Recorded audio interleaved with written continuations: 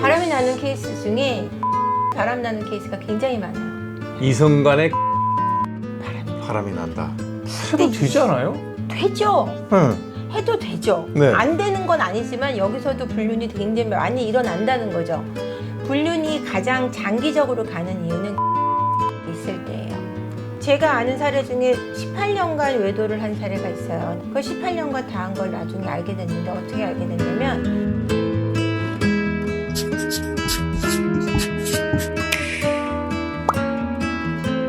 자, 그 질문 말고 바로 물어보겠습니다. 네. 요즘에도 불륜이 여전히 많나요? 더 많아졌죠. 아니, 요즘 유튜브를 보면 네. 그 뭐 모텔이든 뭐 이렇게 러브호텔이라고 하는 것들이 다 망한다고. 불륜은 굉장히 많아지고 있고 이제는 모텔을 가는 것보다 불륜 커플들이 오피스텔을 얻어서 불륜을 하는 케이스도 많아지고 있고요. 그럼 그건 불륜이 아니라 동거 아니에요? 동거가 아니라 조강지처가 있고 조강지부가 있는데 예. 오피스텔 월세를 얻어서 그 생활을 하고 있으면 불륜이구나. 불륜이죠. 아, 네. 장소가 네. 러브호텔이나 뭐 이렇게 모텔 같은 게 아니라 네. 오피스텔로 옮겨가고 있고. 옮겨가고 있다. 네. 시대에 뒤떨어져가지고. 그러면 네. 우리 한 대표님은 이런 사례들을 굉장히 많이 아실 거 아니에요? 직접 상담을 하니까. 너무 많죠. 너무 왜 이렇게 많아요. 많아질까요?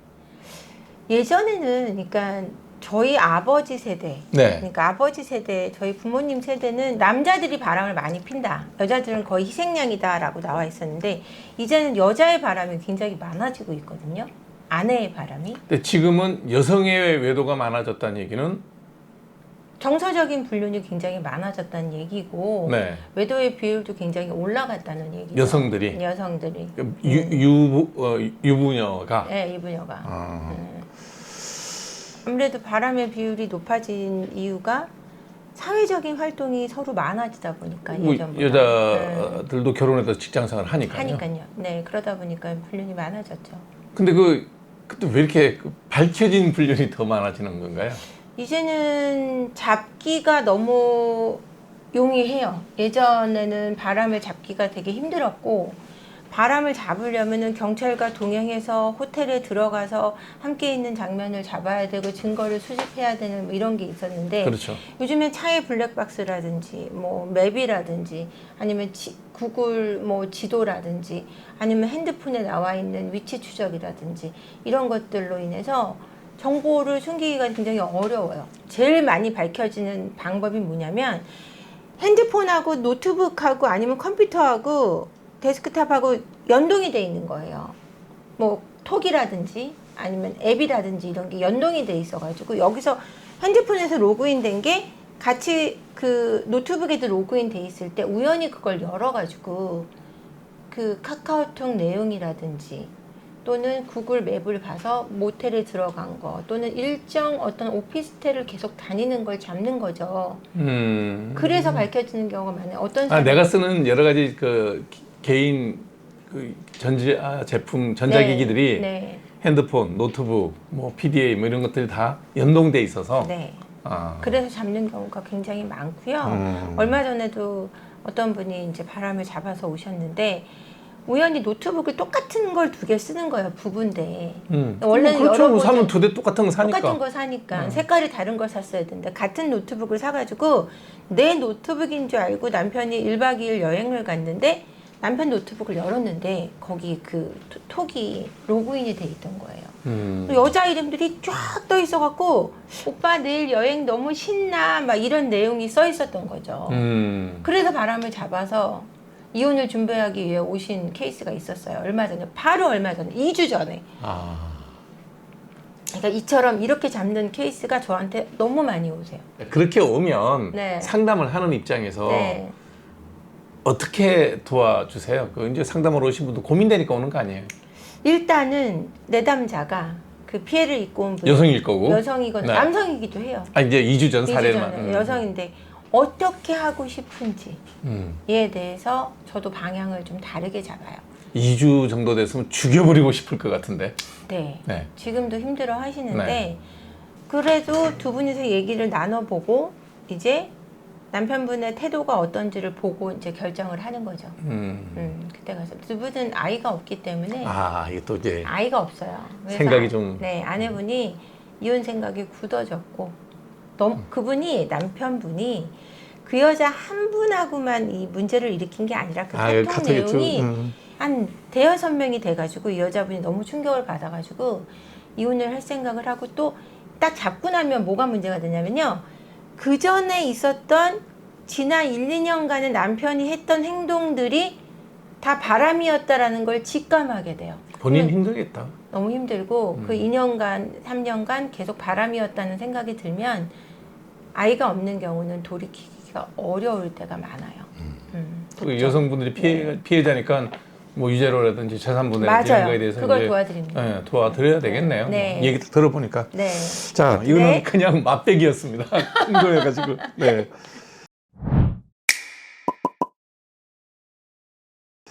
다음 중에 내 배우자가 이성과 절대하면 안 되는 거. 왜냐 남녀가 다 직장생활을 하니까. 뭐 나의 아내, 반대편의 남편이 네. 다른 어떤 불특정 이성과는 절대 하면 안 되는 것. 네. 1번 당일치기 여행. 아니 이게 말이 되는 얘기. 당일이고 반일이고 여행을 다른 사람이랑 간다는 게 당일치기 그 비즈니스 미팅을 가도 장기적으로 한 차를 타고 가도 아내들이 힘들어해요. 멀리 비즈니스 때문에 부산을 간다. 부산을 가요. 그날 갔다 그날 온다. 그날 온다 그래도 차 안에 둘이 있는 걸 힘들어한다고요, 아내분들이. 바람이 나는 케이스 중에 그 뭐라 그러지? 차를 같이 카풀. 카풀에서 바람 나는 케이스가 굉장히 많아요. 이성 간의 카풀은 바람이 난다. 그 정도로 카풀은 친밀하게 만들어요, 관계를. 제가 예전에 이 친구가 그런 일을 많이 해서 그랬나 보다. 뭐요? 이제 골프를 치는데 남자 셋, 여자 한 분을 모시고 와야 되는 거예요. 근데 내가 하는 분이에요. 초대는 내가 했으니까. 근데 이 친구가 어느 동선상에 있으니 네가 좀 픽업해서 와라. 픽업해서 왔는데 무슨 얘기하다 그러더라고요. 뒷자리에 태웠다 그러더라고요. 그렇죠. 이 친구가 저기 홍보회사를 해요. 이렇게 만남이 많은 사람이에요. 그럴 거 아니에요. 홍보회사 하면 여사장님도 만나고 뭐 여러 사람을 만나니까 야 심심하게 뒤에 앞뒤에 앉으면 기사하고 손님 사장 느낌이잖아요. 그래서 왜 그러니 그랬더니 이게 불편하다는 거야. 나도 불편하고 상대도 불편할 수 있다. 그래서 이성 간의 차를 탈 때는 뭐 잠깐 탈 때는 뭐 아무래도 끼어 탈 수도 있지만 한 시간 이상 타야 되니까 뒷자리에 타라 그랬다는 거예요. 그럼요. 그때부터 나는 제가 유별나다 그랬어요. 아니에요. 그게 맞는 거예요. 옆에서 말이라도 좀 하지 뒤에 있으면 이러고 말 못 하잖아. 굳이 많은 말을 주고받을 필요도 없겠죠. 조선시대의 윤리관이 많네. 남녀 7세 부동석이에요. 옛 어른들의 지혜를 따라갈 수는 없습니다. 그럼 두 번째. 문자 메시지. 이거는 일 때문에 주고받을 수 있겠죠. 그렇지. 그럴 수 있잖아. 그럴 수 있죠. 근데 개인사가 들어가면 안 될 것 같아요. 그러니까, 문자 내용에? 네. 요즘엔 조금 변하긴 했지만 회사 불륜이 제일 많은데 회사 불륜이 많은 이유가 뭐냐면 일 얘기를 자주 주고받다 보면 마음이 열려요. 그럼 이제 개인사가 나와요. 개인사가 나오다 보면 정이 드는 거예요. 서로 고충을 이해하고. 이게 오피스 와이프, 오피스 허즈밴드라고 말이 뭐 서구 사회도 공식적으로 있죠. 돌아다니는 말이니. 네, 맞아요. 그래서 그게 글자 그대로 오피스에서 그렇게 끝내면 문제 없지 않냐 이거예요. 출근했어. 회사에서 내가 이제 마누라랑 바가지 긁히고 싸우고 왔어. 출근했어 이렇게. 그래서 막 마누라 욕하고 내 사생활을 이 얘기했어. 집에 갈 때 빠이빠이하고 집에 가면 마누라만 욕하다 끝나는 게 아니라 그게 호텔로 옮겨갖고 욕을 하니까 문제죠. 그러니까 그렇게 해서 글로까지 연결이 되는 확률이 그렇게 많다? 거기서 정이 쌓이면 무조건 밖에서 술 한잔 하게 되고 밤과 술이 있는 한, 남녀가 함께 있는 한은 문제가 되는 거죠. 그래서 두 번째가 문자 메시지. 문자 메시지인데 일적인 메시지까지만이다. 회사 업무라 끝나야 된다. 사적인 얘기는 곤란하다. 그다음 세 번째가 뭐예요? 운동, 등산, 스포츠 같이 해도 된다. 해도 되지 않아요? 되죠. 응. 해도 되죠. 네. 안 되는 건 아니지만 여기서도 불륜이 굉장히 많이 일어난다는 거죠. 오죽하면은 성인 영화에 등산회의 목적이라는 내용이 있겠어요. 아. 제목이 있겠어요. 그런 영화 모르시죠?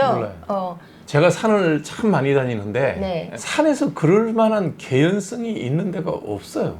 산 속에서 뭘 한다는 얘기가 아니고요. 등산도 유혹이 되는 이유가 뭐냐면요, 네. 원장님. 등산에서 그냥 술을 먹는다고 친근해지는 게 아니라 등산을 하면서 손을 잡아주고 끌어주고 붙잡아주고 짐을 대신 들어주고 이런 과정들이 생겨요. 그러면 저 사람이 나한테 호감이 있다고 느끼게 되는 거예요. 그럴 수 있겠네. 그리고 힘들 때 전우애가 생기듯이 이들 사이에도 끈끈한 우애가 생기는 거예요. 그럼 또 따로 만날 수 있겠다. 거기서 그럼요. 인연이 돼서. 당연하죠. 그럴 수는 있겠다. 거기서 그 끈끈함이 많이 생겨요. 그 힘든 가운데. 제가 사례 중에 어떤 사례가 있냐면 어떤 남편분이 아내가 바람을 피는 거예요. 그래서 아이를 하나 키우고 있고 이혼을 해야 되냐만 찾아오셨는데 어떻게 바람을 피냐 했더니 등산에 어떤 그 중고시장 거기 그 앱에 등산회에 가입을 하셨는데 등산회를 몇 번 나가더니 자꾸 술을 먹고 늦게 들어온다는 거예요. 그래서 뒤를 쫓아간 거예요. 한잔 할 수 있어요, 그러면. 네, 뒤를 쫓아갔더니 산에 올라가는 척하고 근처 호텔로 가서 그 봐서 이게 센데니까. 네, 근처 호텔로 가서 한참 있다 나오더라는 거죠. 그걸 이 두 번을 잡아서 이제 이혼을 준비하셔갖고 이혼을 하셨거든요. 네. 근데 그 경우는 아내분이 강경하게 이제 그 남자한테 가겠다고. 그러니까 처음에는 이혼 생각이 없던 남편이 돈을 굉장히 잘 벌거든요. 그러니까 남편 돈은 가져가고 자기 삶은 즐기고 싶었는데 들키고 나니까 돈보다 사랑이다. 이제 이혼을 하기로 하신 거죠. 근데 돈을 끊겠다고 하니까. 깔끔하네. 네, 깔끔하죠? 다 이렇게 이런 걸 부부가 같이 해야 되겠네. 부부가 같이 해도 문제가 생겨요. 왜요? 좀 덜 생길 수는 있는데 학부모 모임에서도 바람이 나고요. 가족 여행길 제 사례 중에 어떤 사례가 있냐면 가족 여행을 10년을 같이 다녔어요. 부부가? 네, 애들 데리고 네. 8명이서 나중에 보니까 내 남편이랑 저쪽 아내랑 5년을 사귀고 있었던 거예요. 근데 이 아내는 이혼할 생각이 없어요. 그쪽 남편은 알아요? 그쪽 남편도 알게 됐죠. 소송을 하셔서. 그래서 이혼을 하지 않으실 수 있도록 제가 끝까지 도왔거든요. 그래서 결국은 잘 끊어내고 이혼을 안 하고 지금 잘 살아가세요. 그러면 되지 뭐. 참 별일 다 있다. 그럼 돈 거래를 남녀가 하나요? 하죠. 합니다. 돈 거래를 통해서 남성분들이 어떤 게 있냐면 내가 돈을 빌려주면서 여자랑 사귀고 싶어 하는 케이스도 있고 호감을 사기 위해 빌려주기도 하죠. 뭐 말장난이지. 결론은 호감만 사기를 원하는 건 아닐 거 아니에요. 마지막에 원하는 거는 그런 그렇죠. 육체적인 관계일 거 아니에요. 네, 그렇겠죠. 그런 케이스가 있어서 금전 거래는 일적인 게 아닌 이상은 정말 비즈니스로 물품 대금을 주고받는 게 아닌 이상은 안 하는 게 맞고요. 불륜이 가장 장기적으로 가는 이유는 금전 거래가 있을 때예요. 서로 이렇게 도움이 될 때. 이해관계가 장기적으로. 맞네요. 그렇죠. 남자는 육체적인 관계를 원하고 여자는 돈을 원하고. 그렇죠. 그럼 그 관계는 아주 뭐 오래 갈 수밖에 없어요. 그리고 반대인 경우도 있고요. 남자가 금전적인 걸 원하고 여자가 이 남자의 사랑을 원하고. 옛날 같으면 그걸 제비라 그러고 꽃뱀이라 그랬던 그렇죠. 관계죠. 예. 그런 케이스. 근데 그게 이제 세련되게 뭐가 움직여지는 네. 모양이죠. 제가 아는 사례 중에 18년간 외도를 한 사례가 있어요. 남편이 네. 걸리지 않고. 네. 그 남편은 7시면 집에 들어오고 주말에 나간 적이 없어요. 네. 18년간 외도를 하면서. 어. 근데 대단하다. 그 여자를 20살에 만나서 대학 보내주고 대학원 시켜주고 회사 차려주고 그걸 18년간 다 한 걸 나중에 알게 됐는데 어떻게 알게 됐냐면 이 여자 아내분이 이 남편이 집을 하나 지었다는 걸 나중에 18년 만에 발견하게 됐는데 집을 지어서 그 18년 사귄 여자를 데리고 살고 이제 회사 옆에다 지은 거예요. 그러니까 출근한다 그러고 회사에 있다가 오늘 출발할게 그러고 7시에 오는 거예요. 사업을 하니까. 회사가 되게 좋은 회사인가 보다. 잘 되는 회사였죠. 출근 안 해도 되는 회사. 그죠. 뭐 완전 오너 시스템이 잡혀 있는 회사였던 거죠. 근데 나중에 그 집을 발견하고 아내가 그 집을 다 뒤지게 됐는데 너무 다행인지 불행인지 이 상간녀가 저장 강박이 있어갖고 18년간의 역사를 다 보관하고 있던 거예요. 그 모든 일기를 써가지고. 그래서 그걸 보고 모든 자료를 다 보고 이 불륜이 18년이나 됐구나를 알게 되신 거죠. 이런 케이스도 있거든요. 근데 그 18년간 돈을 얼마나 많이 줬겠어요. 아 뭐 돈을 줘도 뭐 저기 본부인한테 엄청나게 많이 주고 조금 줬으면 본부인한테는 돈을 거의 주지 않으셨다는 나- 게 여기 문제예요. 나쁜 사람이네 그러면. 그 여자한테만 하고 자식들한테는 대학 등록금을 안 줬어요. 아이가 둘인데 자립심을 키워야 된다고 니들이 돈을 벌라 그래가지고 아내분이 정말 아르바이트하고 별거 다 해서 애들 학비를 대주고 회사는 잘 되는 회사고. 회사는 잘 되면서 참 다양한 케이스를 보신다. 아예 소설을 하나 써도 되겠네요. 저거 뭐야 드라마 한번 쓰려고